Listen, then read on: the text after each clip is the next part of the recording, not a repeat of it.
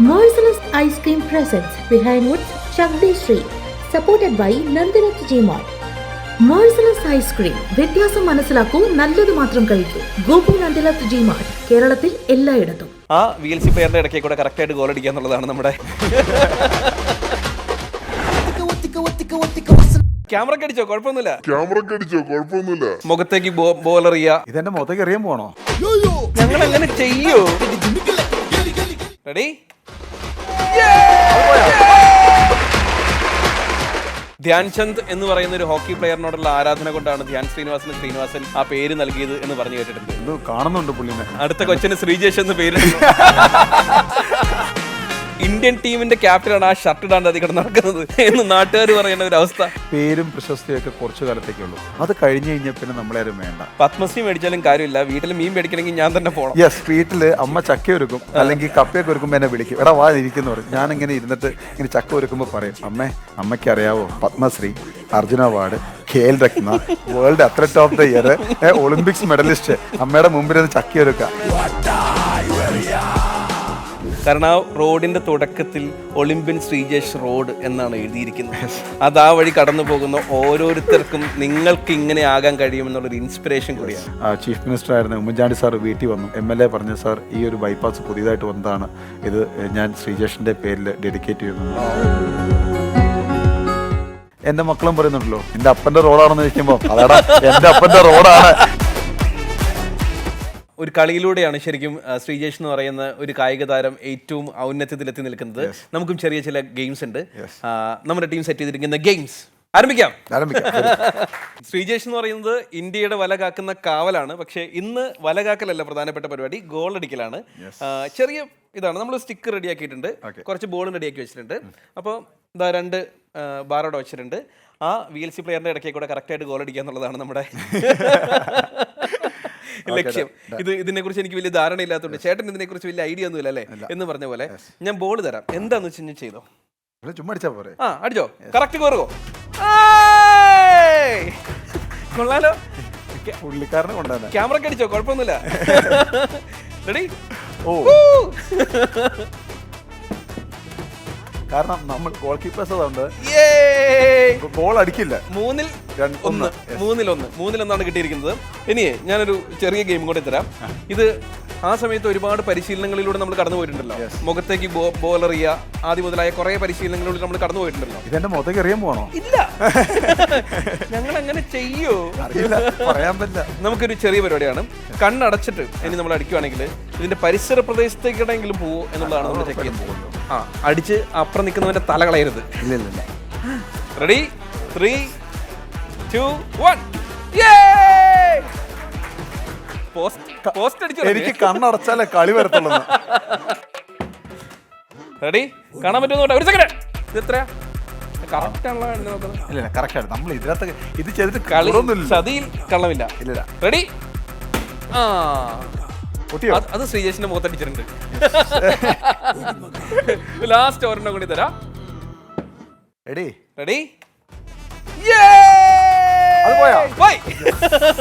ഇത് എനിക്ക് മനസ്സിലാവാത്ത കാര്യം ഞാൻ പറയട്ടെ.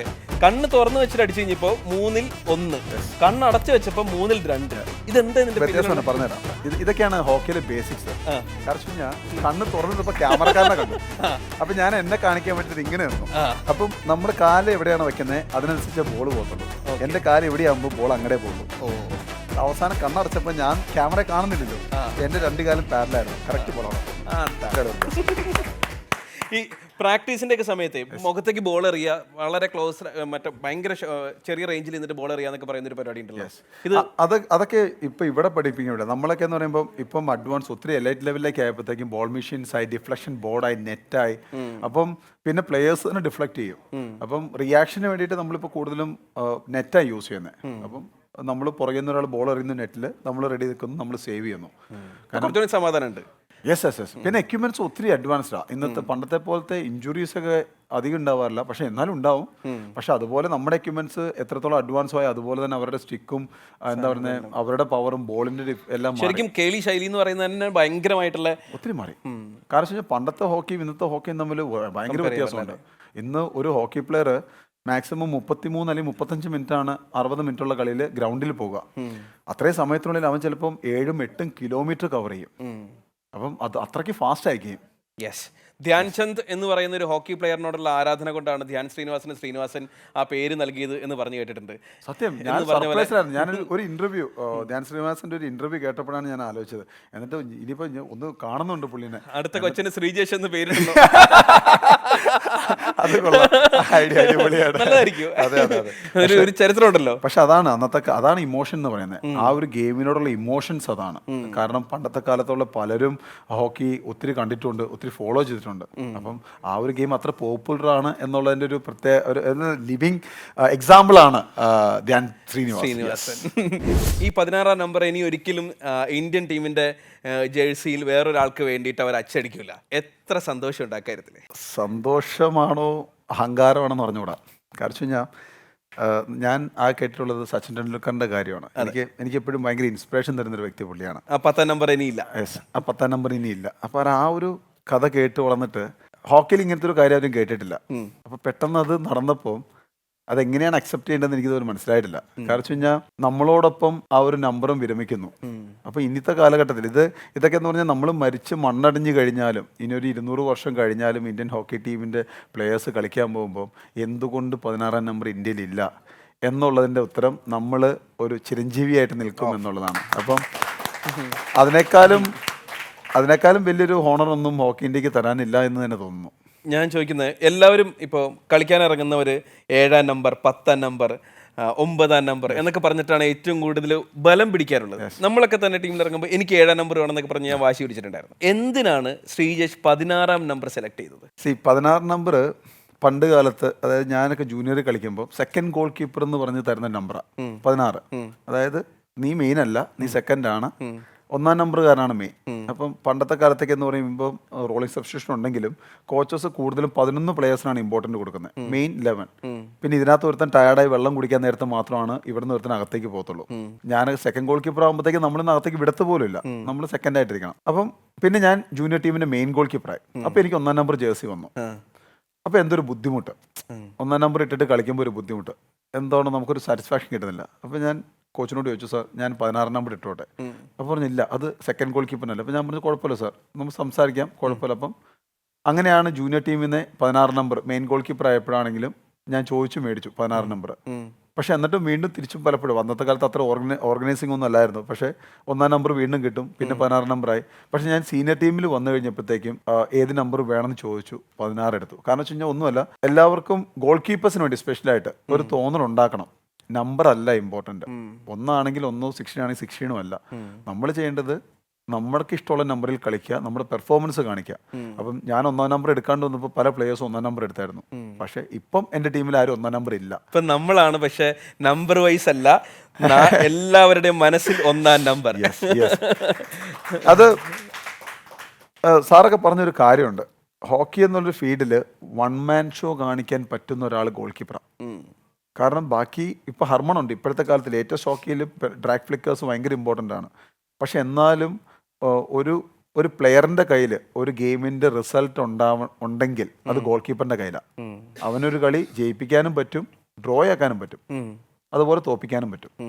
1 മാൻ ഷോ കാണിക്കാൻ പറ്റുന്നത്. അപ്പം ഇത്രയും കാലത്തെ എക്സ്പീരിയൻസ് വെച്ചിട്ട് ഓക്കെ, ഇത്തവണ ഒളിമ്പിക്സിൽ ഞാനായിരുന്നു രാജാവ്. ഇതെന്റെ അഹങ്കാരം, കോൺഫിഡൻസ് അല്ലേ ഇതിന്റെ അഹങ്കാരം, ഇതെന്റെ ഒടുക്കത്തെ അഹങ്കാരം. കാരണം വെച്ച് കഴിഞ്ഞാൽ ഇതത്തോടെ കഴിഞ്ഞല്ലോ, ഇനിയിപ്പോൾ ആരും ക്രിട്ടിസൈസ് ചെയ്യാനില്ല. കാരണം വെച്ച് കഴിഞ്ഞാൽ അവസാനം നടയടിച്ചിറങ്ങുമ്പോൾ നല്ല രീതിയിൽ തന്നെ ഇറങ്ങിയിട്ട് പോന്നെ. എനിക്ക് വേറൊരു കാര്യം കൂടി ചോദിക്കാനുള്ളത്, ഇപ്പോൾ വിരമിക്കലിന്റെ ഘട്ടത്തിലേക്ക് എത്തുന്ന സമയത്ത്, ഇത് നമ്മുടെ ലാസ്റ്റ് മാച്ചാണ്, നമ്മൾ ഗ്രൗണ്ടിൽ ഉമ്മ വെച്ച് നമ്മൾ പുറത്തേക്ക് ഇറങ്ങുന്ന സമയത്ത് ശ്രീജേഷിന് ഒരുപാട് ഓർമ്മകളുണ്ടാവും, ഒരുപാട് സങ്കടങ്ങളുണ്ടാവും. ആ തിരിച്ച് ഒരിക്കലും ഇനി നമ്മൾ ആ പാഡ് അണിയുന്നില്ല എന്നുള്ളതും. പക്ഷേ സന്തോഷങ്ങൾ എന്തൊക്കെയായിരുന്നു?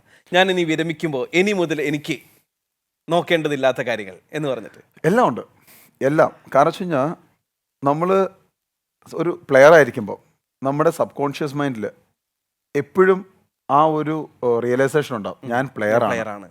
രാത്രി 10 മണി വരെ, ഇപ്പോൾ ഒരു കല്യാണ വീട്ടിൽ പോയി, എൻ്റെ ഒരു റിലേറ്റീവിൻ്റെ കല്യാണം, രാത്രി 12, 1 മണിയൊക്കെ ആൾക്കാർ ഇരുന്ന് വർത്താനം പറയും. 10 മണിയാകുമ്പോഴത്തേക്ക് ടിക് ടിക് അടിക്കാൻ തുടങ്ങും, എടാ ഉറങ്ങണം സമയമായി. പായസം കഴിക്കുമ്പോൾ, ഭക്ഷണം കഴിക്കുമ്പോൾ തടി കൂടരുത്, ഫിറ്റ്നസ് ഒന്ന് മെയിൻറ്റെയിൻ ചെയ്യണം. ഇപ്പം രാവിലെ മഴയാണ്, കിടന്നുറങ്ങണം, നല്ല കിടന്നുറങ്ങണം വീട്ടിൽ വന്നാലും. പക്ഷെ എന്നാലും ഒരു ഇൻഡിക്കേഷൻ വരും, ഇല്ല ഓടാൻ പോകണം, അല്ലെങ്കിൽ ജിമ്മിൽ പോകണം. അല്ലെങ്കിൽ ഇപ്പം കുറേ നേരം നിൽക്കുവാണ്, ഇപ്പോൾ ഒരു 1-2 മണിക്കൂർ 3 മണിക്കൂർ കൂടെ നിന്നു, അത് കഴിയുമ്പോഴത്തേക്ക് ഓട്ടമില്ല, കാലിനധികം സ്ട്രെസ് കൊടുക്കരുത്. ഇതുപോലുള്ള എല്ലാ കാര്യങ്ങളും നോക്കണം. കാരണം എവിടെയെങ്കിലും നമ്മൾ ഫുള്ളായിട്ട് എൻഗേജ് ആയിട്ട് ഒരിടത്ത് നിൽക്കാൻ പറ്റില്ല. കാരണം എല്ലായിടത്തും നമ്മുടെ മനസ്സിൽ പ്ലെയർ ആണല്ലോ, ഫിറ്റ്നസ് വേണമല്ലോ, അല്ലെങ്കിൽ കളിക്കണമല്ലോ, ആ ഒരു ചിന്താഗതി ഉണ്ടാവും. അപ്പം അത് ഇനിയില്ല. ഇനിയിപ്പം അടുത്തൊരു കോച്ചായിട്ടോ ഒരു അഡ്മിനിസ്ട്രേറ്റീവായിട്ടോ അല്ലെങ്കിൽ ഒരു ഓഫീസറായിട്ടോ എവിടെ പോയാലും നമുക്ക് അത് ചെയ്യേണ്ട ആവശ്യമില്ല. പക്ഷെ അത് നമ്മുടെ ഈ സിസ്റ്റത്തിൽ നിന്ന് പോകാൻ കുറച്ച് സമയം എടുക്കും. കാരണം ഞാനിത് കഴിഞ്ഞ് 24 വർഷമായിട്ട് ചെയ്യുന്നൊരു കാര്യമാണ്. സാധാരണ പറയാറുണ്ട് 22 ദിവസങ്ങൾ നിങ്ങളൊരു കാര്യം ഫോളോ ചെയ്യുകയാണെങ്കിൽ 23-ാമത്തെ ദിവസം അത് തന്നെ വരും. പക്ഷെ 24 വർഷം ഫോളോ ചെയ്തിട്ടുള്ള ആളാണ് എൻ്റെ മുമ്പിലിരിക്കുന്നത്. ഇപ്പോൾ നമ്മൾ കോച്ച് അല്ലെങ്കിൽ കോച്ചിങ് എന്ന് പറയുന്ന കാര്യങ്ങളിലേക്ക് ഇനി ശ്രീജേഷിൻ്റെ കരിയർ കടക്കാനായിട്ട് പോവുകയാണ്. അപ്പോൾ തന്നെ നമ്മുടെ മനസ്സിൽ ഇപ്പോൾ സാർ വന്ന പോലെ ഒരുപാട് കോച്ചുകളുടെ മുഖങ്ങൾ നമ്മുടെ മനസ്സിൽ വന്നിട്ടുണ്ടാവും. അങ്ങനെ നമുക്ക് മറക്കാൻ പറ്റാത്തൊരു മുഖം ഇനി ഞാൻ കാണിച്ചു തരാം.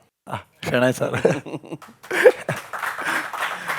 എനിക്ക് തോന്നുന്നു ഒരു ആലിംഗനത്തിൽ രണ്ടുപേരുടെ ഫേസിലും കൃത്യമായിട്ടുണ്ട് എത്രമാത്രം പ്രിയപ്പെട്ടതാണ് രണ്ടുപേരും പരസ്പരം എന്നുള്ള കാര്യം. ഷെനായ് സാർ ഭയങ്കര എന്താ പറയുന്നത്, സീനിയർ മോസ്റ്റ് കോച്ചാണ്. എൻ്റെ സാറിൻ്റെ വരെ കോച്ചാണ്, സാറിൻ്റെ കോച്ചാണ്. അപ്പം ഞാൻ ജീവരാജ പഠിക്കുന്ന സമയത്ത് സാർ ടീമിനെയും കൊണ്ട് അവിടെ വരാറുണ്ട്. ഭയങ്കര ഗോൾ കീപ്പിങ്ങിന് ഭയങ്കര സിമ്പിളായിട്ട് പറഞ്ഞു തന്ന ഒരു വ്യക്തിയാണ് ഷെനായ് സാർ. ഷെനായ് സാർ എൻ്റെ അടുത്ത് പറഞ്ഞു, എന്താണ് ഗോൾ കീപ്പിംഗ്? ഞാൻ പറഞ്ഞു, സാറേ ഇങ്ങനെ സേവ് ചെയ്യണം, ബേസിക്സ് നോക്കണം. അല്ല, എന്താണ് ഗോൾ കീപ്പിംഗ്? അങ്ങനെയാണ്. അപ്പം നമുക്കറിയാവുന്നൊക്കെ പറയുവാണ്. അപ്പോൾ സാറേ ഇതൊന്നുമല്ല ഗോൾ കീപ്പിംഗ്, ഇതുണ്ടോ, ഒരു ബാറ് 2 ഇതിനകത്ത് ബോൾ വിടരുത്, അല്ലേ, ഇതിനകത്ത് ബോൾ വിടരുത്, ഇതാണ് ഗോൾ കീപ്പിംഗ്. നീ എന്ത് വേണം ചെയ്തോ, ഇതിനകത്ത് ബോൾ വിടരുത്. അപ്പം അതാണ് സാറുമായിട്ടുള്ള ആദ്യത്തെ ടോക്ക് ആദ്യത്തെ സമയത്ത്. പിന്നെ അത് കഴിഞ്ഞ് പിന്നെ സാറ് എന്താ പറയുന്നത്, ഒരു പക്ഷേ ഞാൻ ജൂനിയർ വേൾഡ് കപ്പ് കഴിഞ്ഞ് വന്നപ്പം നമുക്കിവിടെ അധികം സ്വീകരണങ്ങളൊന്നുമില്ല. കാരണം പറഞ്ഞ പോലെ ഹോക്കി അത്ര പോപ്പുലർ അല്ല. എന്നെ ആദ്യമായിട്ട് ഒരു സ്കൂളിലേക്ക് വിളിച്ചുകൊണ്ടെന്ന് അവിടെ ഒരു സ്വീകരണം തന്നത് സാറാണ്. അപ്പം സാറിനോടുള്ള ഓർമ്മകൾ ഒത്തിരി ഉണ്ട്. സാർ എപ്പോഴും പറയും, ഞാൻ നിൻ്റെ കോച്ചല്ല, നിൻ്റെ കോച്ച് ജയകുമാർ സാർ, രമേശ് സാറാണ്. പക്ഷെ ഞാൻ നിൻ്റെ നല്ലത് ആഗ്രഹിക്കുന്ന ഒരു വ്യക്തിയാണ്. അപ്പോൾ അതേ ഒരിക്കലും എൻ്റെ ഒരു കോച്ചാണ് അല്ലെങ്കിൽ എൻ്റെ ഗുരുവാണെന്നുള്ളൊരു ഒരു പേര് ഒരിക്കലും ക്ലെയിം ചെയ്യാത്തൊരു വ്യക്തിയാണ്. എനിക്ക് അദ്ദേഹത്തോടുള്ള എന്താ പറയുന്നത് ബഹുമാനം ഒത്തിരി എക്സ്ട്രീം ലെവലാണ്. കാരണം അദ്ദേഹം ഹോക്കിക്ക് വേണ്ടി ജീവിച്ചൊരു മനുഷ്യനാണ്. ശ്രീജേഷിൻ്റെ കാര്യത്തിൽ ഞാൻ പലപ്പോഴും കണ്ടിട്ടുള്ളൊരു സംഭവം, കിഴക്കമ്പലത്തേക്ക് വന്നു കഴിഞ്ഞാൽ പിന്നെ ഷർട്ട് പോലും ഇടാണ്ട് അതിക്കടെ അങ്ങോട്ടും ഇങ്ങോട്ടും നടക്കുന്ന ഒരാളാണ്. ഈ ഒരു ലൈഫ് സ്റ്റൈൽ ഇന്ത്യൻ ടീമിന്റെ ക്യാപ്റ്റനാണ് ആ ഷർട്ട് ഇടാണ്ട് അതിക്കടെ നടക്കുന്നത് എന്ന് നാട്ടുകാർ പറയുന്ന ഒരു അവസ്ഥ. ഇല്ല, അത് ഞാൻ അത്യാവശ്യം ഫോളോ ചെയ്യുന്നൊരു കാര്യമാണ്. എൻ്റെ വീട്ടിൽ റബ്ബർ ചെരുപ്പുണ്ട്, 100-150 രൂപയുടെ റബ്ബർ ചെരുപ്പ്. ഞാൻ അതിട്ടിട്ടാണ് കിഴക്കമ്പലത്തൊക്കെ പോകുന്നത്. എൻ്റെ വീടിൻ്റെ അടുത്തുള്ളൊരു സിറ്റിയാണ്. കാരണം ഞാൻ ഈ പേരും പ്രശസ്തിയൊക്കെ കുറച്ച് കാലത്തേക്കേ ഉള്ളൂ. ഞാനെപ്പോഴും വിചാരിക്കുന്നത്, ഞങ്ങളുടെ സ്പോർട്സുകാർ താരങ്ങളുടെ ലൈഫ്, ക്രിക്കറ്റേഴ്സ് അല്ലാട്ടോ, ബാക്കി എല്ലാവരുടെ ലൈഫ് ഈ പന്തേ കുതിരനെ പോലെയാണ്. നന്നായി നിൽക്കുന്ന സമയത്ത് എല്ലാവരും സഭാഷ് ചെയ്യും, എല്ലാവരും കൂടെ ഉണ്ടാകുമ്പോൾ എല്ലാവരും സപ്പോർട്ട് ചെയ്യും. അത് കഴിഞ്ഞ് കഴിഞ്ഞാൽ പിന്നെ നമ്മളാരും വേണ്ട. പിന്നെ നമ്മൾ റിയലൈസ് ചെയ്യണം നമ്മുടെ ലൈഫ് എന്താണെന്നും നമ്മൾ എവിടെ നിന്നാണ് വന്നത്, നമ്മൾ എങ്ങനെയാണ് ജീവിക്കുന്നത്. അപ്പം ഞാൻ ആ ലൈഫ് ഒരിക്കലും എൻജോയ് ചെയ്തിട്ടില്ല. അതായത് ഈ പ്രൈം ലൈഫ്, അതായത് സെലിബ്രിറ്റീസിൻ്റെ കൂടെ പുറത്ത് കിടക്കുക, അല്ലെങ്കിൽ 5 സ്റ്റാർ ഹോട്ടലിൽ ഭക്ഷണം കഴിക്കൂ, അല്ലെങ്കിൽ എനിക്ക് എൻ്റെ ഫ്രണ്ട്സ് സർക്കിൾ റിച്ച് പേഴ്സൺ ആവണം, അങ്ങനെയൊന്നുമില്ല. എൻ്റെ ഇപ്പോഴും കൂട്ടുകാർ ജീവരാജ പഠിച്ച ഫ്രണ്ട്സാണ് എനിക്ക് കൂടുതലുള്ളത്. ഞാനിപ്പോഴും നടക്കുമ്പോൾ ഇതുപോലെ നാട്ടിലാണെങ്കിൽ മുണ്ട് കൊടുത്ത് നടക്കും, അല്ലെങ്കിൽ ഷോർട്സും ചെറിയ ടീഷർട്ട് ഇട്ട് നടക്കും, സ്ലിപ്പർ ഇട്ട് നടക്കും. കാരണം നാളെ ഇതൊക്കെ കഴിഞ്ഞാലും എനിക്കങ്ങനെ ജീവിക്കാൻ പറ്റുമെന്ന് ഞാൻ എന്നെ മനസ്സിലാക്കിപ്പിക്കുന്നത് അങ്ങനെയാണ്. അപ്പം ഒരിക്കലും ആ ഒരു റൂട്ടിൽ നിന്ന് വിട്ടു പോവാതിരിക്കാൻ വേണ്ടിയിട്ടാണ് ആ ഒരു ലൈഫ് മെയിൻറ്റെയിൻ ചെയ്യുന്നത്. എനിക്ക് തോന്നുന്നു വീട് അതിനൊരു പ്രധാനപ്പെട്ട ഘടകം കൂടിയായിരിക്കും തോന്നുന്നു. കാരണം പത്മശ്രീ മേടിച്ചാലും കാര്യമില്ല, വീട്ടിൽ മീൻ മേടിക്കണമെങ്കിൽ ഞാൻ തന്നെ പോകണം. യെസ്, ഇത് ഭയങ്കര രസമാണ്. എൻ്റെ വീട്ടിൽ അമ്മ ചക്ക ഒരുക്കും, അല്ലെങ്കിൽ കപ്പയൊക്കെ ഒരുക്കുമ്പോൾ എന്നെ വിളിക്കും, എടാ വാ ഇരിക്കുന്നു പറയും. ഞാനിങ്ങനെ ഇരുന്നിട്ട് ഇങ്ങനെ ചക്ക ഒരുക്കുമ്പോൾ പറയും, അമ്മയ്ക്ക് അറിയാവോ, Padma Shri, Arjuna award, Khel Ratna, world athlete of the year, Olympics medallist, അമ്മയുടെ മുമ്പിൽ നിന്ന് ചക്കി ഒരുക്കുക, അതൊക്കെ പുറത്ത്, നീ ഇവിടെ ഇപ്പോൾ ഒരുക്കാൻ പറയും. അപ്പം പിന്നെ നമുക്കൊന്നും പറഞ്ഞിട്ട് കാര്യമില്ല. ഇതൊക്കെ നാട്ടുകാർക്ക് മാത്രമേ ഉള്ളൂ, കുടുംബക്കാർക്ക്. ഞാൻ പറയും, മുറ്റത്തെ മുല്ലയ്ക്ക് അല്ലെങ്കിലും മണമൊന്നുമില്ല, ഇതൊക്കെ തന്നെ കാര്യം. എനിക്ക് തോന്നുന്നു ഇത് കണ്ടുകൊണ്ടിരിക്കുന്ന എല്ലാ ഒരുപാട് ആളുകളുണ്ട്. ഈ റേഷൻ കടയിൽ പോകാൻ പറഞ്ഞു കഴിഞ്ഞാൽ ഞാൻ പോവില്ല എന്ന് പറയുന്ന ഒരുപാട് മക്കൾ ഇത് കേൾക്കുന്നുണ്ടാവും. അവർക്കുള്ളൊരു പ്രചോദനമായിരിക്കും ഈ ചക്ക ഒരുക്കൽ എന്ന് എനിക്ക് തോന്നുന്നു. എനിക്ക് ഏറ്റവും കൂടുതൽ ഇൻസ്പിറേഷൻ കിട്ടിയിട്ടുള്ള കാര്യങ്ങളിലൊന്ന്, എനിക്ക് വീട്ടിൽ നിന്ന് എറണാകുളത്തേക്ക് പല വഴിക്ക് പോകാം. അതിൽ നമുക്ക് ഒരു റോഡ് വഴി ബൈപ്പാസ് ചെയ്ത് കഴിഞ്ഞാൽ കുറച്ചുകൂടി ഒരു ടൗൺ ഒഴിവാക്കാൻ പറ്റും. കിഴക്കമ്പലം എന്ന് പറയുന്ന ഒരു ടൗൺ ഒഴിവാക്കാൻ പറ്റും. എനിക്ക് തോന്നുന്നു കഴിഞ്ഞൊരു 5 വർഷമായിട്ട് ഞാൻ എല്ലാ ദിവസവും ആ ബൈപ്പാസ് വഴിയാണ് പോകുന്നത്. കാരണം ആ റോഡിൻ്റെ തുടക്കത്തിൽ ഒളിമ്പ്യൻ ശ്രീജേഷ് റോഡ് എന്നാണ് എഴുതിയിരിക്കുന്നത്. അത് ആ വഴി കടന്നു പോകുന്ന ഓരോരുത്തർക്കും നിങ്ങൾക്ക് ഇങ്ങനെ ആകാൻ കഴിയുമെന്നുള്ളൊരു ഇൻസ്പിറേഷൻ കൂടിയാണ്. അത് 2014 ഏഷ്യൻ ഗെയിംസിന് എനിക്ക് ഗോൾഡ് മെഡലായിരുന്നു. അന്ന് നമ്മൾ പാകിസ്ഥാനെ ഷൂട്ടൗട്ടിൽ തോപ്പിച്ചിട്ട് നമ്മൾ മെഡൽ മേടിച്ച് നാട്ടിൽ വരുന്നു. അന്നൊരു ഭയങ്കര വലിയ സ്വീകരണമായിരുന്നു എനിക്ക് അവിടെ ഒരുക്കിയിരുന്നത്. അന്ന് MLA അദ്ദേഹം വീട്ടിൽ വന്നിരുന്നു. അതുപോലെ തന്നെ അന്നത്തെ ചീഫ് മിനിസ്റ്ററായിരുന്ന ഉമ്മൻചാണ്ടി സാർ വീട്ടിൽ വന്നു. അന്നേരമാണ് MLA പറഞ്ഞത്, സാർ ഈ ഒരു ബൈപ്പാസ് പുതിയതായിട്ട് വന്നതാണ്, ഇത് ഞാൻ ശ്രീജേഷിൻ്റെ പേരിൽ ഡെഡിക്കേറ്റ് ചെയ്യുന്നു. അപ്പം എന്നെ സംബന്ധിച്ചോളം അതൊരു വലിയൊരു ഇതായിരുന്നു. കാരണം നമ്മളെല്ലാം PT ഉഷ റോഡ് എന്നൊക്കെ കേട്ടിട്ടുണ്ട് അല്ലേ? ഡൽഹിയിലേക്ക് പോയി കഴിഞ്ഞാൽ മിൽഖാ സിംഗ് റോഡ്, അങ്ങനെ ഓരോ മാർഗം എന്നൊക്കെ പറഞ്ഞ് ഓരോ ഇത് കണ്ടിട്ടുണ്ട്. അപ്പം ഇത് എന്ന് പറയുന്നത് കിഴക്കമ്പലത്താണോ ജനിച്ചത്, അതോ പള്ളിക്കരയിലാണോ ജനിച്ചത്, അതോ ഡൽഹിയിലാണോ ജനിച്ചത്, നമുക്ക് ആത്മാർത്ഥതയുണ്ടോ, ഹാർഡ് വർക്ക് ചെയ്യാൻ മനസ്സുണ്ടോ, നമുക്ക് എവിടെ വേണമെങ്കിലും എത്താൻ പറ്റും എന്നതിൻ്റെ ഒരു തെളിവാണ് അതെപ്പോഴും. കാരണം നമ്മളെല്ലാവരും നമ്മുടെ ജീവിതത്തിൽ ആലോചിക്കുന്നതിൻ്റെ കാര്യം അല്ല, ഞാനിവിടെ ജനിച്ചു, എനിക്ക് എൻ്റെ ഓപ്പർച്യൂണിറ്റി ഒന്നുമില്ല, അല്ലെങ്കിൽ എനിക്ക് അവിടെ എത്താൻ പറ്റില്ല, അങ്ങനെ ജീവിക്കുന്നവരാണ് പലരും. കാരണം ഇവിടെയൊക്കെ പഠിക്കുന്നവരുടെ ഏറ്റവും വലിയ ആഗ്രഹം ഒരു ഗവൺമെൻറ് ജോലി കിട്ടിക്കഴിഞ്ഞാൽ ഞാൻ സന്തോഷവാനാണ് അല്ലേ?